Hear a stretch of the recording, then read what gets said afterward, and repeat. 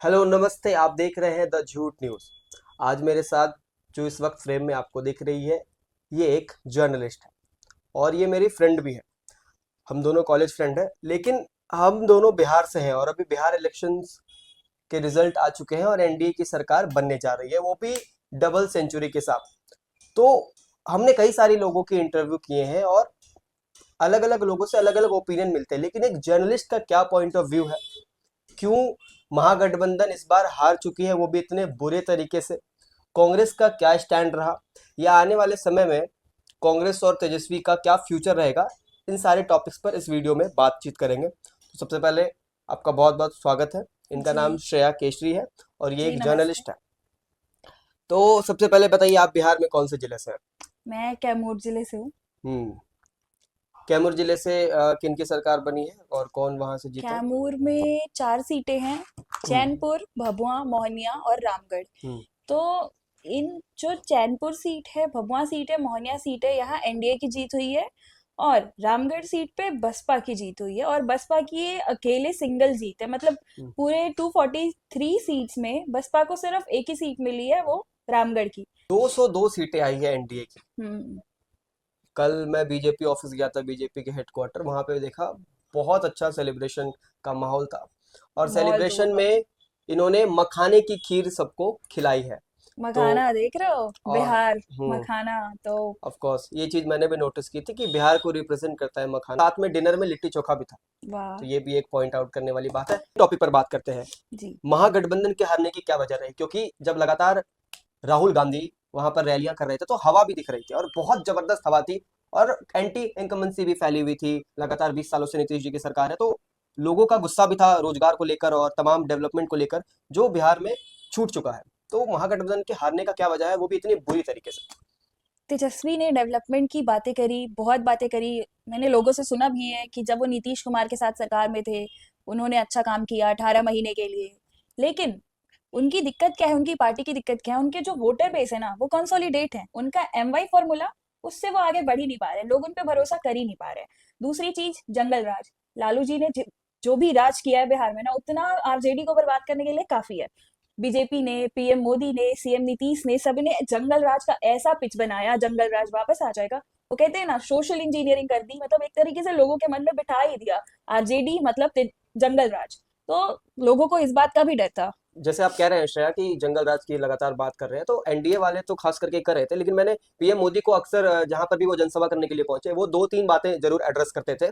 पहली बात कि लालू यादव के जंगल राज का कार्यकाल वो याद दिलाते थे ऑडियंस को, बिहार की जनता को, ताकि उनको ये चीज उनके दिमाग में, सबकॉन्शियस माइंड में बैठा दिया जाए कि अगर आरजेडी आती है वापस तो फिर से वही चीजें आपको फेस करनी हम्म। मिलेगी। और दूसरी चीज, कट्टा वाला उनका जो बयान था वो काफी ज्यादा वायरल हुआ था। क्योंकि दिक्कत ये है ना, जैसे जब बिहार इलेक्शन की डेट अनाउंस हुई तो एनडीए ने एक सुर में सीटों की बंटवारा कर ली। मतलब उन्होंने डिक्लेयर कर दिया कि हम इतनी इतनी सीट पे लड़ेंगे, आपस में कोई मतभेद नहीं था। लेकिन महागठबंधन में एंड डे तक, जो सेकंड फेज का नॉमिनेशन का एंड डे था, लास्ट डेट राइट। था, उस दिन तक उन लोगों ने सीटें क्लियर ही नहीं की कि वो कितने सीट पे लड़ रहे हैं। दूसरी चीज, फ्रेंडली फाइट इन्होंने बहुत सारी सीटों पे करी थी, तो वो फ्रेंडली फाइट फ्रेंडली नहीं होती है, वो काइंड ऑफ सुसाइडल फाइट होती है। उसमें आपके वोट घट जाते हैं, अलग अलग चले जाते हैं, तो वो गलत चीज है। और लोगों के अंदर समझ ही नहीं पाए लोग, क्योंकि वो खुद नहीं समझ पा रहे थे कि उनकी सीटों का बंटवारा कैसे है। उन्होंने क्लियर ही नहीं किया था, लोगों तक बात पहुंची ही नहीं थी, तो शायद ये भी एक फैक्टर हो सकता है। लेकिन जो राहुल गांधी का अधिकार यात्रा था, वोटर अधिकार यात्रा, बिहार अधिकार यात्रा, तो ये दो जो अधिकार यात्रा निकाले गए महागठबंधन के दो अलग वोटर अलग लीडर्स अधिकार के द्वारा। यात्रा राहुल गांधी की थी और बिहार हाँ, अधिकार यात्रा मैं वही तेजस्वी की पॉइंट थी। आउट करना चाह रहा हूँ कि दो यात्रा निकाली गई दो अलग अलग लीडर से, जबकि दोनों महागठबंधन के हैं। तो ये डिस्प्यूट थोड़ा देखने को मिला और बिहार की जनता भी इस बात को समझ रही थी। दिक्कत वही है ना कि जब वोटर अधिकार यात्रा राहुल गांधी ने निकाली, लोग बहुत, मतलब मास लेवल पे लोग पार्टिसिपेट कर रहे थे, तो सबको लग रहा था कि हाँ कुछ तो आ रहा है। लेकिन वो जो मास रैलीज में आ रही थी ना, वो वोटर्स में कन्वर्ट नहीं हो पाई। दूसरी चीज, वोटर अधिकार यात्रा के बाद जब इनके बीच सीट का डिसएग्रीमेंट हो गया, तो क्या हुआ, जो इनकी रैलीज हो रही थी ना, रैलीज में दोनों पार्टी के नेता एक साथ दिख नहीं रहे थे, तो लोगों में वो यूनिटी का मैसेज जा नहीं रहा वन था। मोर पॉइंट, जब जहां पर भी प्रेस कॉन्फ्रेंस पे पोस्टर्स लगे हुए थे, तो राहुल गांधी के पोस्टर्स कई जगह पर मिसिंग थे। यही यही चीज है, उनके बीच एकता नहीं दिख पा रही थी। बहुत सारे लीडर्स कंप्लेन कर रहे थे कि तेजस्वी अपनी चला रहे हैं, वो बात नहीं कर रहे हैं, तो ए, उनके बीच मतभेद था। शायद और एक और पॉइंट था कि आरजेडी जो पार्टी बनाई गई है वो लालू यादव के द्वारा बनाई गई है। तो इस बार चुनाव में लालू यादव के भी फोटो का कहीं इस्तेमाल नहीं किया गया है। ऑब्वियसली हम सब जानते हैं और लालू यादव बातें के बिना बातें तो तेजस्वी कुछ भी नहीं है। बातें तो ऐसी भी फैली ना कि लालू यादव ने कई कैंडिडेट्स को सिंबल दे दिए थे, लेकिन सिंबल का ये मतलब होता सिंबल का है, क्या मतलब होता है, प्लीज सिंबल का एक्सप्लेन। मतलब लोगों को एक्सप्लेन करने के लिए, मतलब जैसे कि अगर आप पार्टी आपको कैंडिडेट डिक्लेयर करती है, तो जब आप नॉमिनेशन फाइल करने जाते हो ना, आपके पास वो पार्टी का सिंबल होना चाहिए, तभी आप अपनी पार्टी के साइड से नॉमिनेशन फाइल कर सकते हो। तो जैसे वो सिंबल लालू यादव ने कुछ कैंडिडेट्स को दे दिए, लेकिन तेजस्वी ने बाद में उनसे वापस ले लिया वो सिंबल। जैसे इसको अगर और आसान भाषा में हम समझे कि अगर मैं भारतीय जनता पार्टी या कांग्रेस का कोई अध्यक्ष हूं और अगर मैं श्रेया को बीजेपी या कांग्रेस का सिंबल देता हूं, अगर मैंने इन्हें कांग्रेस का सिंबल दे दिया तो मतलब मैंने इन्हें उनको कांग्रेस का लोगो दिया, पंजा। अब ये कांग्रेस की कैंडिडेट है किसी भी असेंबली या किसी भी कॉन्स्टिट्यूएंसी से लड़ने के लिए, तो हमारे पार्टी के कैंडिडेट है, प्रत्याशी। जी, तो ये ऐसा है ही सिंबल होता का एग्जैक्ट मीनिंग जो आप समझ गए। अच्छा, तो मैं ये जानना चाह रहा हूँ, जैसे कि हमने देखा कि जब राहुल गांधी रैली कर रहे थे, जब तेजस्वी यादव रैली कर रहे थे, तो तीन चार बातें वो लगातार कह रहे थे हर एक अपने रैली में कि नौकरी पर इस बार बिहार की राजनीति खेली गई है।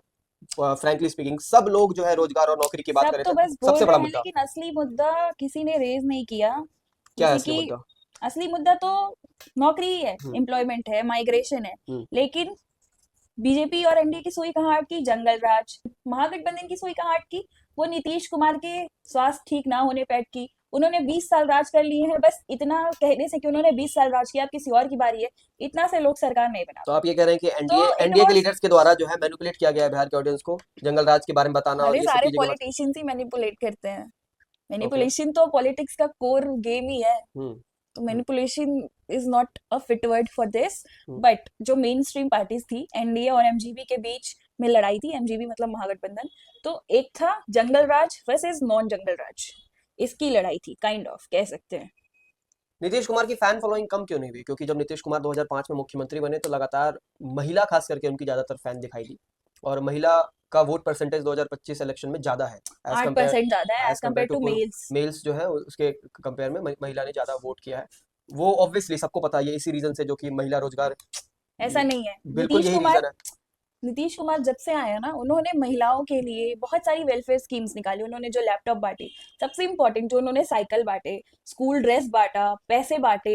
आज से नहीं, शुरू से जब से वो सीएम है तब से उन्होंने गर्ल एजुकेशन को, वुमेन एम्पावरमेंट को आगे बढ़ाने के लिए बहुत सारी स्कीम निकाली, चाहे वो महिला पेंशन योजना हो, विधवा पेंशन योजना हो, स्कूल्स में साइकिल मिलना हो, स्कूल ड्रेस मिलना हो, किताबें मिलना हो, मिड डे मील, ये सारी चीजें हैं ना। तो तब से नीतीश कुमार की जो कोर वोटर बेस है, महिलाएं जो हैं वो नीतीश कुमार को वोट करती हैं। पिछले इलेक्शन में जो लोकसभा इलेक्शन हुआ था, उसमें लोगों का कहना था कि मोदी जी ने उज्ज्वला योजना के तहत सिलेंडर बांटा, मोदी जी की कुछ योजनाएं थी जिसकी वजह से महिलाओं का वोट मोदी जी को गया था। और बिहार की अगर स्पेसिफिक बात करें तो नीतीश कुमार हमेशा से एक वुमेन के लिए पॉजिटिव चेहरा रहे हैं। उनका ऐसा व्यू पॉइंट है लोगों के अंदर कि नीतीश कुमार महिलाओं के लिए काफी काम करते हैं। सबसे बड़ा मास्टर स्ट्रोक एनडीए का ये था कि चुनाव के अनाउंसमेंट होने से पहले ही उन्होंने मुख्यमंत्री महिला रोजगार योजना निकाली, और उसके अंडर 10,000 बहुत से लोगों को मिले। और आप मानो या ना मानो, ये 10,000 ने बहुत बड़ा फैक्टर प्ले किया है, बहुत बड़ा रोल प्ले किया है। राइट। काफी सारी महिलाओं ने इसी बात पे एनडीए को, नीतीश कुमार को वोट दिए, ये जो 10,000 मिले। और हम जैसे लोगों के लिए, दिल्ली में रहने वाले लोगों के लिए, शहरों में रहने वाले लोगों के लिए 10,000 छोटी रकम हो सकती है, लेकिन बिहार में गरीब महिलाओं के लिए, गरीब लोगों के लिए ये रकम बहुत बड़ी है। बिहार में 10,000 का मतलब बहुत बड़ा बिल्कुल। होता और है। बिहार एक अभी भी हम देखते हैं कि बहुत पिछड़ा राज्य है और वहाँ पर लोगों की आय बहुत कम है, लोगों की बिहार इनकम की पता है दिक्कत बहुत क्या कम है? है। लोगों के पास ना ऑप्शन नहीं है, ऑप्शन कॉन्सोलिडेट है। पहले क्या था, कांग्रेस अलग चुनाव लड़ती थी, आरजेडी अलग चुनाव लड़ती थी, बीजेपी एनडीए, बीजेपी और नीतीश कुमार तो हमेशा से साथ में रहे हैं। तो बिहार के लोगों के पास ऑप्शन नहीं है। मतलब कि अगर ऑप्शन कैसा है, मतलब अगर आप कह रहे हैं कि एक तरफ जेडीयू और एक तरफ आरजेडी, ये दो ही पार्टियां बिहार में मेन लीड पर दिखती हैं, और जो है ज्यादातर तो लोग इन्हीं को अगर जानते हैं, या अगर तो तीर आपके छाप या सामने तो दो लालटेन छाप। ऑप्शन होगा, एक है बहुत बुरा ऑप्शन, एक उससे कम बुरा, तो आप कम बुरा वाले को ही चुनोगे। हम्म। तो वही केस है कि नीतीश कुमार ने 20 साल राज किया, तब भी उनको ही लोगों ने चुना। और उनकी छवि जो है ना, सुशासन की छवि, गुड गवर्नेंस, वो भी बहुत बड़ा फैक्टर है। एज अ जर्नलिस्ट आप इस पूरे विधानसभा इलेक्शन को कवर कर रही थी लगातार और उस पर स्टोरीज बना रही थी, लिख रही थी। तो मुझे ये बताइए कि तेजस्वी का इम्पैक्ट कितना था फील्ड पर, ऑन ग्राउंड अगर हम बात करें तो तेजस्वी का इम्पैक्ट कितना था, क्योंकि हम लगातार वीडियोस में to be very social media के ऑनेस्ट, जरिए बहुत सारी चीजें देखते थे जहां पर तेजस्वी की हवा लग रही थी हमें तो कई सारी सीटों पर। टू बी वेरी ऑनेस्ट, अगर तेजस्वी लालू यादव के बेटे नहीं होते तो शायद वो मेन स्ट्रीम पॉलिटिक्स में, बिहार की पॉलिटिक्स में इतना आगे नहीं बढ़ पाते, क्योंकि वो लालू यादव के बेटे हैं, इसीलिए उनको इतना ज्यादा मौका मिला है। ये और सेम बात फिर तो सम्राट चौधरी पर भी लागू होती है। सम्राट चौधरी को कौन जानता है, बीजेपी का कौन फेस है बिहार में? राइट। बीजेपी, एनडीए, पूरी एनडीए ने नीतीश कुमार के नाम पे चुनाव लड़ा है। बीजेपी बिल्कुल के बिल्कुल। फेस बिहार में सुशील मोदी थे, जो अब नहीं रहे। उसके लेकिन बाद बीजेपी का कोई खास चेहरा नहीं है लेकिन बिहार में। एक इंसान की तारीफ करनी होगी, पहले लोकसभा इलेक्शन में 100% का ट्रैक रिकॉर्ड रहा और अभी विधानसभा में लगभग 67 समथिंग का ट्रैक रिकॉर्ड रहा, और आगे चल के शायद बिहार के एक वो फेस बन सकते हैं। I am talking about Chirag Paswan. Chirag Paswan की पार्टी ने जबरदस्त प्रदर्शन किया है। अब अक्सर हम बात करते हैं कि अब क्या फ्यूचर है, अब तेजस्वी यादव का, राहुल गांधी का क्या फ्यूचर है, क्योंकि हम लगातार अगर देखते आए, महाराष्ट्र इलेक्शन, हरियाणा इलेक्शन, दिल्ली विधानसभा इलेक्शन, लोकसभा इलेक्शन, अब बिहार इलेक्शन, लगातार कांग्रेस का जो पतन है वो हर एक राज्य में, सेंट्रल में भी होता आ रहा है, दिख रहा है। दिल्ली में उनकी 0 सीटें आई थी, बिहार में उनकी 6 सीटें या तकरीबन कुछ आई है, हरियाणा में उनका 6 पे प्रदर्शन, सिमट के रह गए। हरियाणा में उनका उन्होंने प्रदर्शन लगभग अच्छा था। 60 सीटों पे, लगभग 60 सीटों पे चुनाव लड़ा था, जिसमें से सिर्फ 6 सीटों पे आई है, यानी कि उनका स्ट्राइक रेट सिर्फ 10% रहा है। तो हरियाणा में उनका प्रदर्शन वैसे अच्छा था, हरियाणा में बुरा प्रदर्शन नहीं था। और लेकिन एक चीज देखने वाली बात है इस चुनाव में, भले ही आरजेडी को सीटें कम आई हैं, 25 सीटें आई हैं, लेकिन आरजेडी का वोट शेयर जो है वो 23% है अकेला का। मतलब बीजेपी का वोट आरजेडी को शेयर, बढ़ चढ़ के लोगों ने वोट किया है। हाँ, ये और सबसे नंबर 1 पार्टी है आरजेडी, जिनको बिहार में सबसे ज्यादा वोट मिला है, अगर वोट वोट परसेंटेज के परसेंटेज हिसाब के से हिसाब देखें से। तो 23% वोट मिला आरजेडी को, और बीजेपी को मिला है 20% वोट समथिंग, और जेडीयू को 19%। पर वही बात है ना, जो आरजेडी का साथी है कांग्रेस, उसको सिर्फ 8-9% वोट मिला है। एनडीए की पूरी वोट परसेंट मिला दे तो फिर बढ़ जाएगा। और महागठबंधन के डिप्टी चीफ मिनिस्टर कैंडिडेट है विकासशील इंसान पार्टी के मुकेश मुकेश साहनी। सहनी, उनकी पार्टी तो खाता भी ओ नहीं खोल पाई। यस। राहुल गांधी ने पता है क्या किया, वो जेंजी जेंजी जेंजी कर रहे थे। मानते हैं बिहार में जो, बिहार का जो एवरेज लेकिन एज बिहार है के युवा वो खिलाफ थे 22 एनडीए साल के, है। बिहार के युवा बिल्कुल खिलाफ थे एनडीए के, बेरोजगार की वजह से। क्योंकि हमारे जैसे कई लोग जो हैं वो बाहर ही रहते हैं, कई लोग वोट देने जा नहीं पाए, बात ऐसी भी है। तो उनका जो राहुल गांधी का अप्रोच था ना, वो सोशल मीडिया तक ही सीमित रह गया, उससे आगे उनका अप्रोच बढ़ ही नहीं पाया।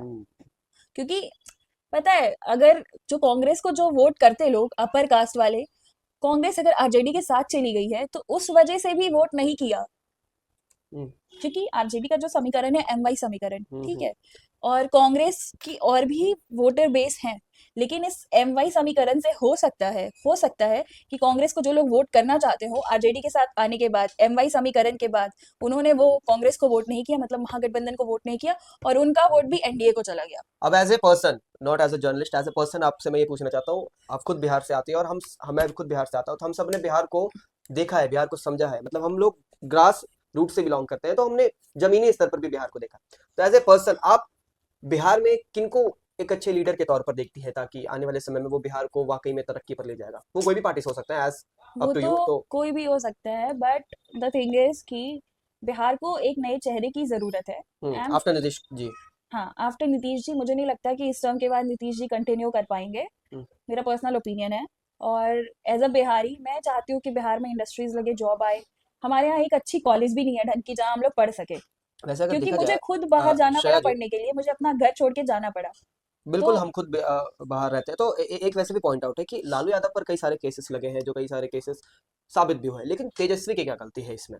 तेजस्वी को मौका क्यों ना दिया जाए? वो भी तो एक तेजस्वी की आने गलती है वाले कि वो समय में, लालू जी के बेटे हैं। अगर वो लालू जी के बेटे ना होते तो वो एक बेहतर पॉलिटिशियन बन सकते थे। ये तो वक्त ही बताएगा। तेजस्वी अभी तक एक बेहतर पॉलिटिशियन भी नहीं बन पाए हैं, आई डोंट थिंक। मतलब मुझे तो आज तक उन्होंने ऐसा होपफुल नहीं दिखे मुझे वो, मेरे लिए। ये अब हम एक और व्यक्ति के बारे में बात कर लेते क्योंकि हैं, वो जिसके एम बारे में Y M Y M Y समीकरण, मतलब उनकी पार्टी जो है ना, वो एम वाई समीकरण बिल्कुल से एक ऊपर उठ ही नहीं पाई बहुत है। बड़ा वोट बैंक रहा दूसरे है मुस्लिम वोटर्स, और यादव वोटर का। उनका जो वोटर बेस है ना, वो कंसोलिडेट हो गया, बस वही एम वाई तक ही सीमित हो गया है। दो और इस पूरे इलेक्शन में दो व्यक्ति की काफी ज्यादा चर्चा हुई थी। पहले तो खुद लालू के लाल हैं तेज प्रताप यादव, जिन्होंने अपनी पार्टी बना ली थी जनशक्ति जनता दल, महुआ से वो खड़े हुए थे, और शायद काफी बुरी वो तरीके से भी बुरी हारे हैं, तरीके से हारे हैं। 25,000 लगभग बड़े वोटों से बेटे हैं हारे हैं। वो घर के, और लगातार रील्स भी उनके वायरल होते रहते हैं। खैर वो अलग टॉपिक है। लास्ट हम बात करेंगे पीके, जिसको एक्स फैक्टर बताया जा रहा था, एक्स फैक्टर ये काम करेंगे, वोट काटेंगे, लेकिन बहुत शॉकिंग रिजल्ट था प्रशांत किशोर के लिए कि उनकी एक भी सीटें नहीं आई, और वो तो दावा कर रहे थे कि अगर जेडीयू की 25 से भी ज्यादा सीटें आ गई तो मैं पॉलिटिक्स छोड़ दूंगा। क्या हुआ फिर प्रशांत किशोर यार का? ऐसी बातें तो हवा पॉलिटिक्स में बहुत बनाई होती उन्होंने, रहती लेकिन बहुत हवा बनाई, जबरदस्त इंटरव्यूज दिए, हर एक चैनल पे हैं, प्रशांत बहुत किशोर जी बहुत छाए हुए बहुत। थे। बट मुझे उस इंसान से होप है, और अगर आप चुनाव में आ रहे हैं तो आप इस उम्मीद के साथ तो कभी भी नहीं आते कि आपको पहली बार में सक्सेस मिल जाएगा।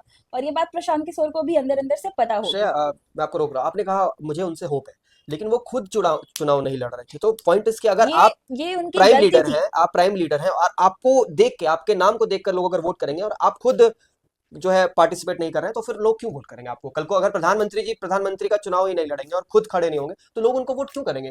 तो यही उनकी गलती थी ना। सबसे पहले तो उन्होंने जब डिक्लेयर कर दिया कि मैं चुनाव नहीं लड़ूंगा, तो जो लोग उनको वोट करना भी चाहते थे, लोग बैकआउट हो गए। फिर लोगों ने सोचा होगा कि बैकआउट जब कर दिया। प्रशांत किशोर खड़े नहीं हो रहे हैं, तो मैं क्यों उनको वोट करूं? हाँ, ये ये ये बहुत बड़ा रीजन है। उनके ना चुनाव लड़ने का जो ऐलान है, ये बहुत गलत था। लेकिन कांग्रेस की अगर 6 सीटें आई है, तो असदुद्दीन ओवैसी की 5 सीटें आई है बिहार में। AIM की मैं बात कर रहा हूँ। एक और चीज तो है। आप देखिए, ये जो रेशियो देखिए, कांग्रेस पार्टी का जो पतन होते होते होते होते यहाँ तक आ गया है कि किसी रीजनल पार्टी के आसपास वो दिखाई दे रही है। जहां पर कांग्रेस पार्टी एक टाइम पे लीड करती थी पैन इंडिया में, अब वो जो है 4-5, दिल्ली में 0, बहुत, मतलब कांग्रेस पार्टी लगातार पीछे चली आ रही है। और हर एक बार चुनाव हारने के बाद हर जगह, हर राज्य में कांग्रेस को ना अपने अंदर बहुत बड़ा इंट्रोस्पेक्शन करना चाहिए, लीडरशिप में चेंज लाना चाहिए। बहुत सारे क्वेश्चंस हैं। बिहार में जितने भी वादे किए हैं एनडीए ने,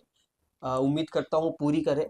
और ये एक और मैं आपसे रिक्वेस्ट करता हूँ कि अगर वो पूरी ना करे, तो बढ़ चढ़कर सामने आइए और सवाल उठाइए। क्योंकि कई बार हम, क्या होता है, सत्ता से जब डर जाते हैं तो सवाल नहीं पूछते हैं, क्योंकि लगता है कि हमें जेल में डाल देंगे या वो चीजें हो जाएगी। ऐसा नहीं है। बिहार के लोग बहुत ज्यादा होशियार हैं।